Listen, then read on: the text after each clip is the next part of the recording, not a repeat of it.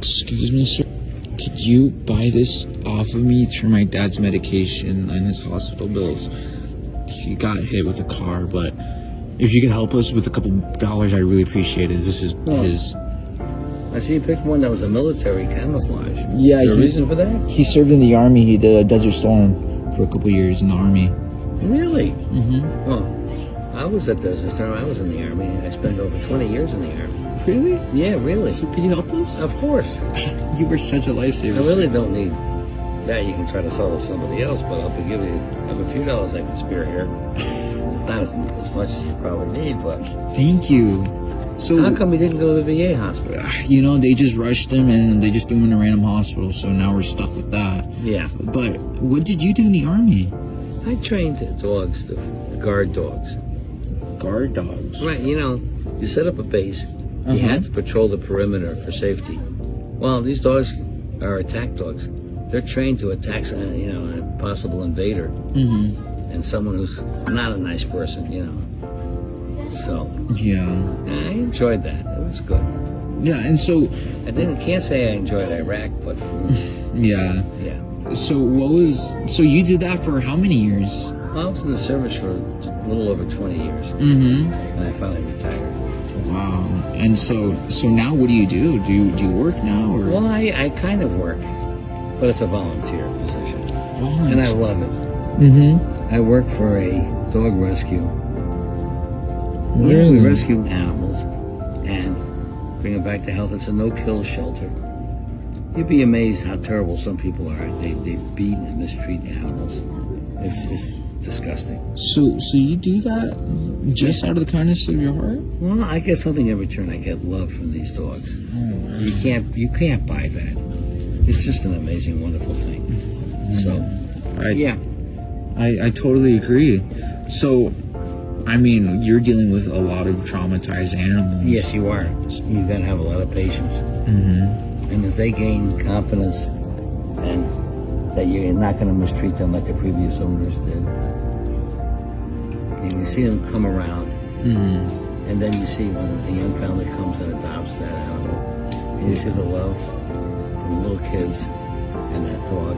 Well, it's a wonderful thing. It is. It's really amazing. Yeah. And that really is making my life now more amazing than I ever thought it would be. So what's the hardest part about it, though? Seeing a dog that's been beaten by defenseless little animal, beaten by some idiot, makes you want to go out there and kick the living daylights out of that person. You know? And so, if you mind me asking, what's the hardest story that you've seen happen? Well, you had one dog come in. He had 2 broken legs. He had been thrown off the porch from a second floor in an apartment. Oh, Jesus Christ. Terrible. Absolutely terrible. And the police didn't do anything with that owner. But we obviously took the dog away. And watching that dog heal and the pain that the poor animal suffered. And watching him recover and become like a loving animal again, a pet for someone. Well, that was a really rewarding situation, seeing it come around. And so what happened to the dog? He got adopted. Oh, thank God. Yeah. And I'm sure the family took good care of him. They seemed like nice people. Yeah. And, I mean, for you, have you ever taken a dog home? Sure.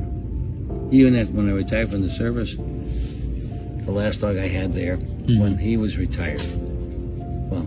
You took him? I took him. Gee, is he still with you today? No, he finally went. Yeah. Oh, I'm sorry. They don't live as long as we do, but... yeah. But, I mean, you are obviously a good dog dad. Yeah. And I could tell. I enjoy this very much. Have you always been this good with animals?